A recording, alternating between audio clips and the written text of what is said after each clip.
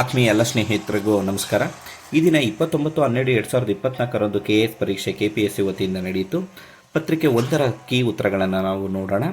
ಮುಂಚೆ ನಾನು part 1ನಲ್ಲಿ 1ರಿಂದ 50ರವರೆಗಿನ key ಉತ್ತರಗಳನ್ನು ನಾನು ಪ್ರಕಟಿಸಿದ್ದೇನೆ. ವಿಡಿಯೋನ ಅಪ್ಲೋಡ್ ಮಾಡಿದ್ದೀನಿ, ದಯವಿಟ್ಟು ನಮ್ಮ ಚಾನಲಲ್ಲಿ ನೋಡ್ಕೋಬೇಕು. ಈ ವಿಡಿಯೋದಲ್ಲಿ 51ರಿಂದ 100ರವರೆಗೆ ಪತ್ರಿಕೆ 1ರ ಸರಿಯಾದಂತಹ ಉತ್ತರಗಳನ್ನು ನಾವು ನೋಡೋಣ. ಬನ್ನಿ, ನಮ್ಮ ಚಾನಲ್ಗೆ ಯಾರು ಸಬ್ಸ್ಕ್ರೈಬ್ ಆಗಿಲ್ಲ ಅಂದರೆ ದಯವಿಟ್ಟು ಸಬ್ಸ್ಕ್ರೈಬ್ ಆಗಿ ಅಂತ ಹೇಳ್ತಾ ಬನ್ನಿ ವಿಡಿಯೋನ ಪ್ರಾರಂಭಿಸೋಣ. 51ನೇ ಪ್ರಶ್ನೆ, ಕೊರತೆ ಹಣಕಾಸಿನ ಪರಿಣಾಮಗಳಿಗೆ ಸಂಬಂಧಿಸಿದ ಈ ಕೆಳಕಂಡ ಹೇಳಿಕೆಗಳನ್ನು ಪರಿಗಣಿಸಿ ಅನ್ನೋ ಒಂದು ಪ್ರಶ್ನೆ ಕೇಳಿದರು. ನಾವು ಒಟ್ಟು 4 ಹೇಳಿಕೆಗಳನ್ನು ಕೊಟ್ಟಿದ್ದರು. ಮೇಲಿನ ಹೇಳಿಕೆಗಳಲ್ಲಿ ಯಾವುದು ಸರಿಯಾಗಿದೆ ಎಂಬುದು ಕೇಳಿದರು. ಅದಕ್ಕೆ ಆಪ್ಷನ್ಸ್ ಎ, ಕೊರತೆ ಹಣಕಾಸು ಆರ್ಥಿಕತೆಯಲ್ಲಿ ನೈಜ ಕೂಲಿ ದರವನ್ನು ಕಡಿಮೆ ಮಾಡುವುದು ಅನ್ನೋದು ಸರಿಯಾದಂತಹ ಉತ್ತರ. ಆ ಕಾರಣಕ್ಕೆ 51ಕ್ಕೆ ಆಯ್ಕೆ 1 ಅನ್ನೋದು ಸರಿಯಾದಂತಹ ಉತ್ತರ. 52ನೇ ಪ್ರಶ್ನೆ ಬರೋದಾದರೆ, ವಿವಿಧ ರೀತಿಯ ಸರಕುಗಳು ಮತ್ತು ಸಂಬಂಧಿತ ಉದಾಹರಣೆಗಳನ್ನು ಪಟ್ಟಿ 1 ಮತ್ತು ಪಟ್ಟಿ 2ರಲ್ಲಿ ಕ್ರಮವಾಗಿ ನೀಡಲಾಗಿದೆ. ಆ ಹೇಳಿಕೆಗಳು ಯಾವುದೆಂದು ಸರಿಯಾಗಿದೆ ಅನ್ನೋದನ್ನ ಜೋಡಿಗಳನ್ನು ಗುರುತಿಸಿ ಅಂತ ಕೊಟ್ಟಿದ್ರು. ಅದಕ್ಕೆ ಉತ್ತರ ಆಯ್ಕೆ 1, ಕೇವಲ 1 ಮಾತ್ರ ಸರಿಯಾಗಿರೋ ಕಾರಣದಿಂದ ಆಯ್ಕೆ 1 ಅನ್ನೋದು ಸರಿಯಾದಂತಹ ಉತ್ತರ. ಸ್ನೇಹಿತರೆ, 53ನೇ ಕ್ವಶನ್, ಈ ಕೆಳಗಿನ ಹೇಳಿಕೆಗಳನ್ನು ಪರಿಗಣಿಸಿ ಅಂತ ಒಟ್ಟು 4 ಹೇಳಿಕೆಗಳನ್ನು ಕೊಟ್ಟಿದ್ರು. ಆ ಹೇಳಿಕೆಗಳಲ್ಲಿ 3ನೇ ಹೇಳಿಕೆ ಕೇವಲ 3 ಮಾತ್ರ ಅನ್ನೋದು ಸರಿ. ಆ ಕಾರಣದಿಂದ ಆಯ್ಕೆ 3 ಅನ್ನೋದು ಸರಿಯಾದಂತಹ ಉತ್ತರ. 54ನೇ ಪ್ರಶ್ನೆ, ಕರ್ನಾಟಕದಿಂದ ಮಿಜೋರಾಂವರೆಗೆ ನಡಿಗೆ ಮೂಲಕ ಪ್ರಯಾಣಿಸಿದರೆ ಎಷ್ಟು ರಾಜ್ಯಗಳ ಮೂಲಕ ಹಾದು ಹೋಗಬೇಕಾಗುತ್ತದೆ? ಹೊರಟ ಮತ್ತು ಸೇರುವ ರಾಜ್ಯಗಳನ್ನು ಬಿಟ್ಟು ಎಷ್ಟು ರಾಜ್ಯಗಳು ಅಂತ ಕೇಳಿದರು. ಆದ ಕಾರಣ 5 ರಾಜ್ಯಗಳು ಅಂತ ಅನ್ನೋದು ಸರಿಯಾದಂಥ ಉತ್ತರ. ಆಯ್ಕೆ 3 ಅನ್ನೋದು ಸರಿಯಾಗಿದೆ. 55ನೇ ಪ್ರಶ್ನೆ, ಸಾಗರ ಪ್ರವಾಹಗಳ ಬಗ್ಗೆ ಸಂಬಂಧಪಟ್ಟಂತಹ ಹೇಳಿಕೆಗಳನ್ನು ಕೊಟ್ಟಿದ್ದರು. ಅದಕ್ಕೆ ಸರಿಯಾದಂತಹ ಉತ್ತರ ಆಯ್ಕೆ 2. 2 ಹೇಳಿಕೆಗಳು ಮಾತ್ರ ಸರಿಯಾಗಿದೆ ಎಂಬುದು ಸರಿಯಾದಂತಹ ಉತ್ತರ ಆಗಿದೆ. 56ನೇ ಪ್ರಶ್ನೆ, ಶಿರೋಬಿಂದುಗೆ ಸಂಬಂಧಿಸಿದ ಕೆಳಗಿನ ಯಾವ ಹೇಳಿಕೆಗಳು ಸರಿಯಾಗಿದೆ ಅನ್ನೋದನ್ನ ಕೇಳಿದರು. ಅದಕ್ಕೆ ಆಯ್ಕೆ 4, ಎ, ಬಿ ಮತ್ತು ಸಿ ಅನ್ನೋದು ಸರಿಯಾದಂತಹ ಆಯ್ಕೆ ಆಗುತ್ತೆ. 57ನೇ ಪ್ರಶ್ನೆ, ಈ ಕೆಳಗಿನ ವಾಕ್ಯಗಳನ್ನು ಆಯ್ಕೆ ಮಾಡಿಕೊಂಡು ಸರಿಯಾದಂಥ ಉತ್ತರವನ್ನು ಗುರುತಿಸಿ ಅನ್ನೋ ಕಾರಣದಿಂದ ಕೊಟ್ಟಿದ್ದಾರೆ. ಅದಕ್ಕೆ ಆಯ್ಕೆ 2, ಉಜಿವಾರ ಪರಿಣಾಮ ಅನ್ನೋದೊಂದು ಸರಿಯಾದಂತಹ ಉತ್ತರ. ಆಯ್ಕೆ 2. 58ನೇ ಪ್ರಶ್ನೆನ, ಈ ಕೆಳಗಿನ ಹೇಳಿಕೆಗಳನ್ನು ಪರಿಗಣಿಸಿ ಅಂತ ಕೊಟ್ಟಿದ್ದಾರೆ. ಆಯ್ಕೆ 2 ಅನ್ನೋದು ಬಿ ಮಾತ್ರ ಸರಿ ಅನ್ನೋದು ಸರಿಯಾದದ್ದು.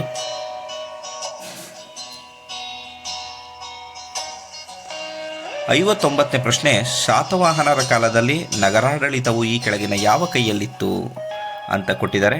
ನಿಗಮ ಸಭಾ ಅನ್ನೋದು ಆಯ್ಕೆ 1 ಅನ್ನೋದು ಸರಿಯಾದಂತಹ ಉತ್ತರ. 60ನೇ ಪ್ರಶ್ನೆ, ಚೋಳರಿಗೆ ಸಂಬಂಧಪಟ್ಟಂತಹ ಕೃಷಿ ಚಟುವಟಿಕೆಗೆ ಸಂಬಂಧಪಟ್ಟಂತಹ ಪ್ರಶ್ನೆಯನ್ನು ಕೇಳಿದರು. ಆಯ್ಕೆ 1 ಅನ್ನೋದು ಸರಿಯಾದದ್ದು. ಆಯ್ಕೆ 1. 61ನೇ ಪ್ರಶ್ನೆ ನೋಡೋದಾದರೆ, ಯಾವ ಬೌದ್ಧ ಸಮ್ಮೇಳನದಲ್ಲಿ ಬೌದ್ಧರ 2 ಗುಂಪುಗಳಿಗೆ ಮಹಾಯಾನ ಮತ್ತು ಹೀನಯಾನ ಎಂದು ಮಾನ್ಯತೆಯನ್ನು ದೊರಕಿತ್ತು ಅನ್ನೋದು 4ನೇ ಬೌದ್ಧ ಸಮ್ಮೇಳನ. 61ನೇದಕ್ಕೆ ಆಯ್ಕೆ 4.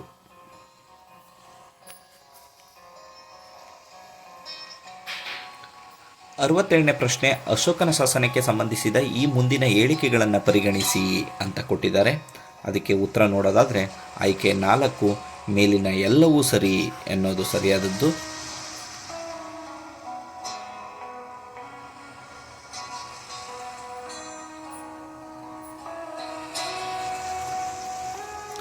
63ನೇ ಪ್ರಶ್ನೆ, ಇತ್ತೀಚೆಗೆ ಭಾರತ ಸರ್ಕಾರವು ಆರಂಭಿಸಿದ ವಿಶ್ವಾಸ್ಯ ಯಾವುದಕ್ಕೆ ಸಂಬಂಧಿಸಿದೆ ಅನ್ನೋದು. ಅದಕ್ಕೆ ಆಯ್ಕೆ 4, ಬ್ಲ್ಯಾಕ್ ಚೈನ್ ತಂತ್ರಜ್ಞಾನ ಜೋಡಣೆಯಾಗಿರುತ್ತೆ. ಅದರಿಂದ ಆಯ್ಕೆ 4, 63ನೇದಕ್ಕೆ ಆಯ್ಕೆ 4 ಸರಿಯಾದದ್ದು. 64ನೇದಕ್ಕೆ ಮುಂದಿನ ಹೇಳಿಕೆಗಳನ್ನು ಪರಿಗಣಿಸಿ ಅಂತ ಕೊಟ್ಟಿದ್ದಾರೆ. ಅದಕ್ಕೆ ಸರಿಯಾದಂಥ ಉತ್ತರ ಆಯ್ಕೆ 3, ಎ ಮತ್ತು ಬಿ ಗಳೆರಡೂ ಸರಿಯಾದದ್ದು.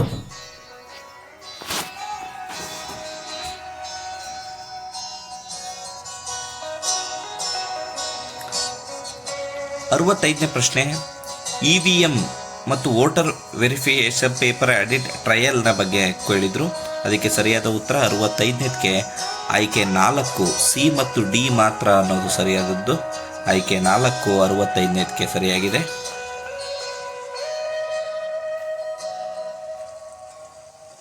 66ನೇ ಪ್ರಶ್ನೆಗೆ ಆಯ್ಕೆ 1 ಸರಿಯಾದದ್ದು. 66ನೇ ಪ್ರಶ್ನೆಗೆ ಆಯ್ಕೆ 1 ಸರಿಯಾದಂತಹ ಉತ್ತರ ಆಗಿರುತ್ತೆ. 67ನೇ ಪ್ರಶ್ನೆ ನೋಡೋದಾದರೆ, ಭಾರತದ ಸಂವಿಧಾನ ಅಡಿಯಲ್ಲಿ ಬರುವ 3 ಪಟ್ಟಿಗಳು ಮತ್ತು ಸಂಬಂಧಿತ ವಿಷಯಗಳನ್ನು ಕ್ರಮವಾಗಿ ಪಟ್ಟಿ 1 ಮತ್ತು ಪಟ್ಟಿ 2ರಲ್ಲಿ ನೀಡಲಾಗಿದೆ ಅಂತ ಕೊಟ್ಟಿದ್ದಾರೆ. ಮೇಲೆ ಕೊಟ್ಟಿರುವ ಜೋಡಿಗಳಲ್ಲಿ ಎಷ್ಟು ಜೋಡಿಗಳು ಸರಿಯಾಗಿವೆ ಅಂತ ಕೇಳಿದರು. ಅದಕ್ಕೆ ಕೇವಲ 1 ಆಯ್ಕೆ 1 ಮಾತ್ರ ಸರಿಯಾದದ್ದು.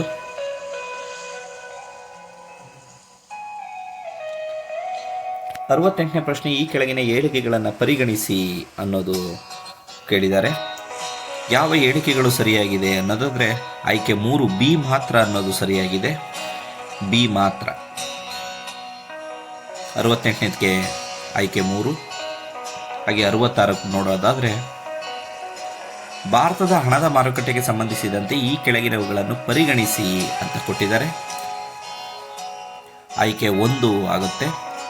69ನೇದಕ್ಕೆ ಆಯ್ಕೆ 1 ಎ, ಬಿ ಮತ್ತು ಡಿ ಮಾತ್ರ ಸರಿಯಾದದ್ದು.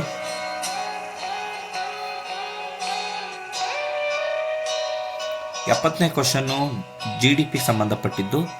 ಆಯ್ಕೆ 4 ಮೇಲಿನ ಎಲ್ಲವೂ ಸರಿ ಅನ್ನೋದು ಹೇಳಿಕೆಗಳು, ಎಲ್ಲ ಹೇಳಿಕೆಗಳು ಸರಿಯಾಗಿರೋ ಕಾರಣದಿಂದ ಆಯ್ಕೆ 4 ಸರಿಯಾದದ್ದು.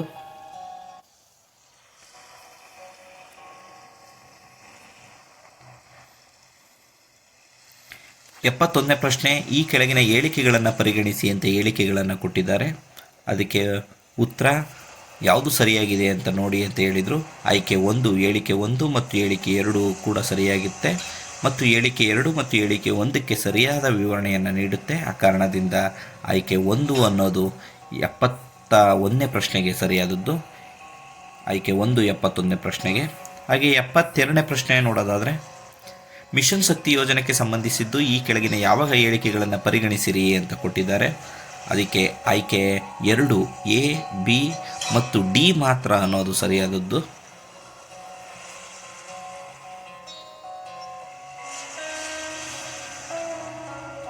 73ನೇ ಪ್ರಶ್ನೆ, ಇತ್ತೀಚೆಗೆ ಸುದ್ದಿಯಲ್ಲಿದ್ದ ಡ್ಯಾರಿಯನ್ ಗ್ಯಾಪ್ ಯಾವ ಸ್ಥಳದಲ್ಲಿದೆ ಅಂತ ಕೊಟ್ಟಿದ್ದಾರೆ. ಆಯ್ಕೆ 1 ಎ ಮತ್ತು ಬಿ ಅನ್ನೋದು ಸರಿಯಾದದ್ದು. ಪನಾಮ ಮತ್ತು ಕೊಲಂಬಿಯಾ ಅನ್ನೋದು ಸರಿಯಾದ ಉತ್ತರ. ಆಯ್ಕೆ 1 ಎ ಮತ್ತು ಬಿ.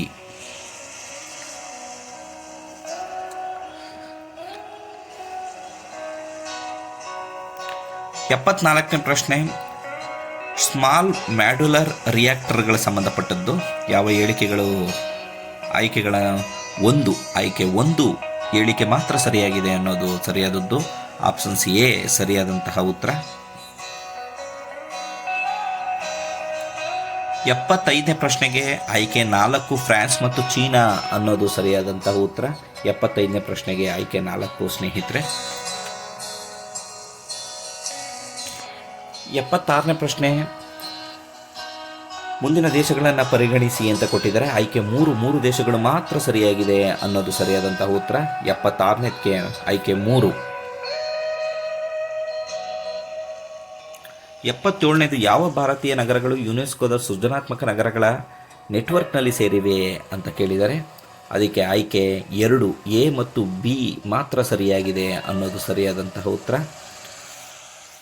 ಆಯ್ಕೆ 2 ಆಗುತ್ತೆ 77ನೇದಕ್ಕೆ. 78ನೇ ಪ್ರಶ್ನೆ, PME ಡ್ರೈವ್ಗೆ ಸಂಬಂಧಿಸಿದ್ದು ಈ ಕೆಳಗಿನ ಹೇಳಿಕೆಗಳನ್ನು ಪರಿಗಣಿಸಿ ಅಂತ ಕೊಟ್ಟಿದ್ದಾರೆ. ಒಟ್ಟು 4 ಹೇಳಿಕೆಗಳನ್ನು ಕೊಟ್ಟಿದ್ರು. ಎಲ್ಲ ಹೇಳಿಕೆಗಳು ಸರಿಯಾಗಿರೋ ಕಾರಣದಿಂದ ಮೇಲಿನ ಎಲ್ಲವೂ ಆಪ್ಷನ್ಸ್ 4 ಅನ್ನೋದು ಸರಿಯಾದದ್ದು. 79ನೇ ಕ್ವಶನ್ನು, ಗಂಭೀರ ಸ್ವರೂಪದ ವಂಚನೆಯ ತನಿಖಾ ಕಚೇರಿಗೆ ಸಂಬಂಧಿಸಿದ ಮುಂದಿನ ಹೇಳಿಕೆಗಳನ್ನು ಪರಿಗಣಿಸಿ ಅಂತ ಕೊಟ್ಟಿದ್ದಾರೆ. ಅದಕ್ಕೆ ಅದು ಕೂಡ ಹೇಳಿಕೆಗಳು, ಎಲ್ಲ ಹೇಳಿಕೆಗಳು ಕರೆಕ್ಟ್ ಆಗಿರೋದು ಕಾರಣದಿಂದ ಆಯ್ಕೆ 4 ಎಲ್ಲವೂ ಸರಿಯಾಗಿದೆ ಅನ್ನೋದು ಸರಿಯಾದಂಥದ್ದು.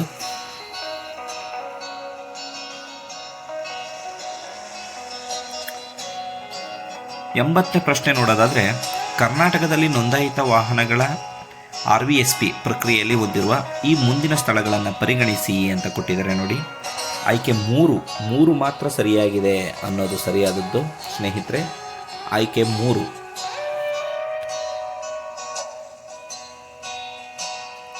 81ನೇ ಪ್ರಶ್ನೆ ನೋಡೋದಾದರೆ, ಇತ್ತೀಚೆಗೆ ಸುದ್ದಿಯಲ್ಲಿದ್ದ 4B ಆಂದೋಲನ ಮೂಲತಃ ಯಾವ ದೇಶದಲ್ಲಿ ಆರಂಭವಾಯಿತು ಅಂತ ಕೊಟ್ಟಿದ್ರು. ಅದಕ್ಕೆ ದಕ್ಷಿಣ ಆಫ್ರಿಕಾ ಅನ್ನೋದು ಸರಿಯಾದಂಥ ಉತ್ತರ. 81ಕ್ಕೆ ಆಯ್ಕೆ 1.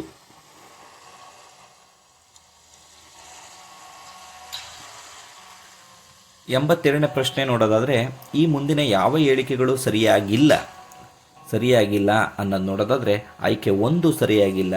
ಅದರಿಂದ ಕಾರಣ ಆಯ್ಕೆ 1 ಎ ಅನ್ನೋದೊಂದು ಉತ್ತರ ಸರಿಯಾಗಿದ್ದದ್ದು. ಆಯ್ಕೆ 1. 83ನೇ ಪ್ರಶ್ನೆಗೆ ಸರಿಯಾದಂತಹ ಉತ್ತರ ಆಯ್ಕೆ 4 ಎ ಮತ್ತು ಬಿ ಅನ್ನೋದು ಎರಡೂ ಅಲ್ಲ ಅನ್ನೋದು ಆಯ್ಕೆ 4 83ನೇ ಪ್ರಶ್ನೆಗೆ.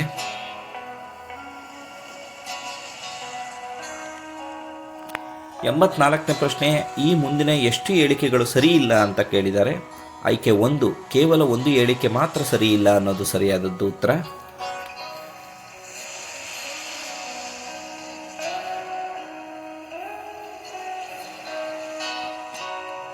85ನೇ ಪ್ರಶ್ನೆ, ಈ ಕೆಳಗಿನವುಗಳಲ್ಲಿ ಅಮೆರಿಕದ ರಾಷ್ಟ್ರಪತಿಯವರ ಹೋಲಿಕೆಯಲ್ಲಿ ಭಾರತದ ರಾಷ್ಟ್ರಪತಿಯವರ ಪ್ಯಾಕೆಟ್ ವೀಟೋ ಅಧಿಕಾರಕ್ಕೆ ಸಂಬಂಧಿಸಿದ ಯಾವುವು ಸರಿಯಾಗಿದೆ ಅಂತ ಕೇಳೋದ್ರಿಂದ ಆಯ್ಕೆ 4 1 2 3 4 ಎಲ್ಲ ಹೇಳಿಕೆಗಳು ಸರಿಯಾಗಿದೆ ಅನ್ನೋದು ಉತ್ತರ ಆಗುತ್ತೆ. ಆಯ್ಕೆ 4.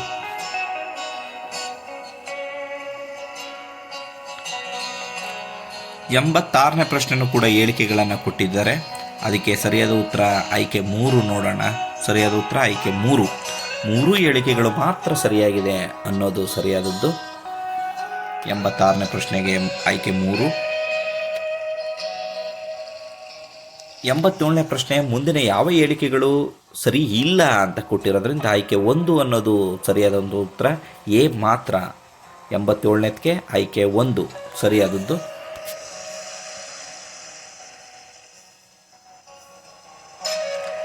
88ನೇ ಪ್ರಶ್ನೆ ನೋಡೋದಾದರೆ, ಭಾರತ ಸರ್ಕಾರದ ಈ ಮುಂದಿನ ಎಷ್ಟು ಯೋಜನೆಗಳು ಭಾರತದ ಜೈವಿಕ ಇಂಧನ ಕಾರ್ಯಕ್ರಮದೊಂದಿಗೆ ನೇರವಾಗಿ ಸಂಯೋಜನೆಗೊಂಡಿದೆ ಅಂತ ಕೊಟ್ಟಿದ್ದಾರೆ. ಆಯ್ಕೆ 3 ಅನ್ನೋದು ಸರಿಯಾದ ಉತ್ತರ. 3 ಮಾತ್ರ. 88ನೇ ಪ್ರಶ್ನೆಗೆ ಆಯ್ಕೆ 3 ಸ್ನೇಹಿತರೆ. 89ನೇ ಪ್ರಶ್ನೆ, ಮುಂದಿನ ಹೇಳಿಕೆಗಳನ್ನು ಪರಿಗಣಿಸಿ ಅಂತ ಕೊಟ್ಟಿದ್ದಾರೆ.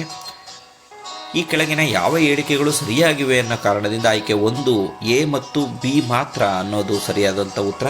89ನೇ ಪ್ರಶ್ನೆಗೆ ಆಯ್ಕೆ 1.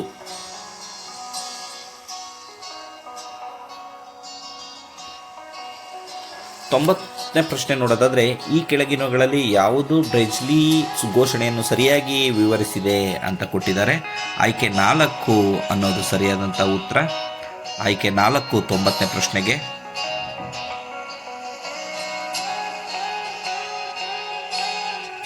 91ನೇ ಪ್ರಶ್ನೆ, ಆಯಾಯ ಜಿಲ್ಲೆಗಳೊಂದಿಗೆ ಈ ಮುಂದಿನವುಗಳನ್ನು ಒಂದು ಜಿಲ್ಲೆ ಒಂದು ಉತ್ಪನ್ನವನ್ನು ಹೊಂದಿಸಿ ಅಂತ ಕೊಟ್ಟಿದ್ದಾರೆ.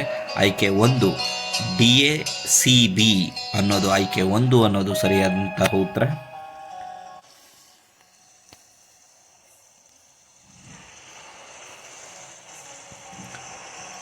92ನೇ ಪ್ರಶ್ನೆ, ಮುಂದಿನ ಹೇಳಿಕೆಗಳನ್ನು ಪರಿಗಣಿಸಿ ಅಂತ ಕೊಟ್ಟಿದ್ದಾರೆ. ಈ ಕೆಳಗಿನ ಯಾವ ಹೇಳಿಕೆಗಳು ಸರಿಯಾಗಿದೆ ಅನ್ನೋ ಕಾರಣದಿಂದ ಆಯ್ಕೆ 3 ಬಿ ಮತ್ತು ಡಿ ಮಾತ್ರ ಅನ್ನೋದು ಸರಿಯಾದಂಥದ್ದು. ಆಯ್ಕೆ 3 ಸರಿಯಾದಂತಹ ಉತ್ತರ. 93ನೇ ಪ್ರಶ್ನೆ, ಹೊಂದಿಸಿ ಬರೆಯಿರಿ ಜ್ವಾಲಾಮುಖಿ ಭೂಸ್ವರೂಪಗಳು ಮತ್ತು ವಿವರಣೆ ಅಂತ ಕೊಟ್ಟಿದ್ದಾರೆ. ಹೊಂದಿಸಿ ಬರೆಯಿರಿನ ಅದರಲ್ಲಿ ಸರಿಯಾದಂಥ ಉತ್ತರ ಆಯ್ಕೆ 1 BADC. ಆಯ್ಕೆ 1 ಆಪ್ಷನ್ ಸಿ 1 ಅನ್ನೋದು ಸರಿಯಾದಂಥದ್ದು. 95ನೇ ಪ್ರಶ್ನೆ, ಇತ್ತೀಚೆಗೆ ಕರ್ನಾಟಕದ ಈ ಕೆಳಗಿನ ಯಾವ ಜಲಭಾಗಗಳು 2024ರಲ್ಲಿ ರಾಮ್ಸರ್ ಪ್ರದೇಶಕ್ಕೆ ಸೇರ್ಪಡೆಗೊಂಡಿದೆ ಅಂತ ಕೊಟ್ಟಿದ್ದಾರೆ. ಆಯ್ಕೆ 3 ಎ ಬಿ ಮತ್ತು ಇ ಮಾತ್ರ. ಆಯ್ಕೆ 3 ಅನ್ನೋದು ಸರಿಯಾದಂಥದ್ದು.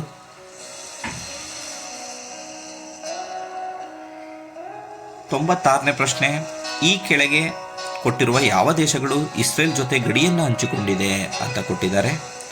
ಒಟ್ಟು ಎಷ್ಟು ದೇಶಗಳು ಗಡಿ ಹಂಚಿಕೊಂಡಿದೆ ಅಂದರೆ ಅವುಗಳಲ್ಲಿ 5 ಮಾತ್ರ, ಮೇಲಿರ 5 ಮಾತ್ರ ಗಡಿಗಳನ್ನು ಹಂಚಿಕೊಂಡಿರೋದ್ರಿಂದ ಆಯ್ಕೆ 2 ಸರಿಯಾದಂಥ ಉತ್ತರ.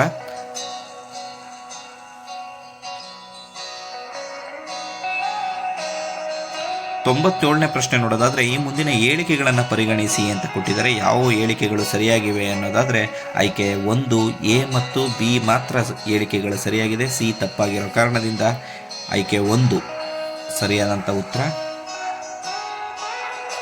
99ನೇ ಪ್ರಶ್ನೆ, ಈ ಕೆಳಗಿನ ಹೇಳಿಕೆಗಳನ್ನು ಪರಿಗಣಿಸಿ ಅಂತ ಕೊಟ್ಟಿದ್ದಾರೆ.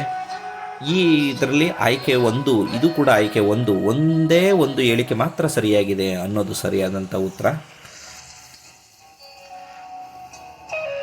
ಸ್ನೇಹಿತರೆ, ಕೊನೆಯ ಪ್ರಶ್ನೆ 100ನೇ ಪ್ರಶ್ನೆ ನೋಡೋದಾದರೆ, ಭಾರತದ ರಾಷ್ಟ್ರಪತಿಯವರಿಗೆ ಸಿಕ್ಕಂಥ ಅತ್ಯುನ್ನತ ಗೌರವವನ್ನು ಯಾವುದು ಕೊಟ್ಟರು, ಯಾವ ದೇಶ ನೀಡಿದೆ ಅಂತ ಕೊಟ್ಟಿದ್ದಾರೆ. ಆಯ್ಕೆ 3 ಅನ್ನೋದು ಸರಿಯಾದಂಥ ಉತ್ತರ, ಆಯ್ಕೆ 3. ಸ್ನೇಹಿತರೆ, ಈ ವಿಡಿಯೋ ಇಷ್ಟ ಆಗಿದರೆ ನಮ್ಮ ಚಾನಲ್ಗೆ ಯಾರೋ ಸಬ್ಸ್ಕ್ರೈಬ್ ಬಂದಿಲ್ಲ ಅಂದರೆ ದಯವಿಟ್ಟು ಸಬ್ಸ್ಕ್ರೈಬ್ ಮಾಡಿ, ಹಾಗೆ ಈ ವಿಡಿಯೋನ ಶೇರ್ ಮಾಡಿ ಅಂತ ಕೇಳ್ತಾ ಮುಂದಿನ ವಿಡಿಯೋದಲ್ಲಿ ಪತ್ರಿಕೆ 2ರ ಸರಿ ಉತ್ತರಗಳನ್ನು ನೋಡೋಣ. Thank you so much.